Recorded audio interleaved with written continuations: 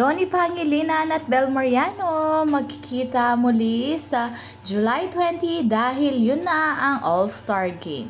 Sabi nga ng mga fans ay may tagapunas na naman ng pawis si Donnie. At hindi pa natatapos dahil nasa MOA ang Don Bell sa July 27 para sa kanilang ganap sa close-up. At pagka-August naman ay sa August 30 ay pupunta sila sa ASAP, England. Maraming ayuda ang makikita natin next week and next week. At samantalang si Bel Mariano ay nasa ASAP natin to kahapon.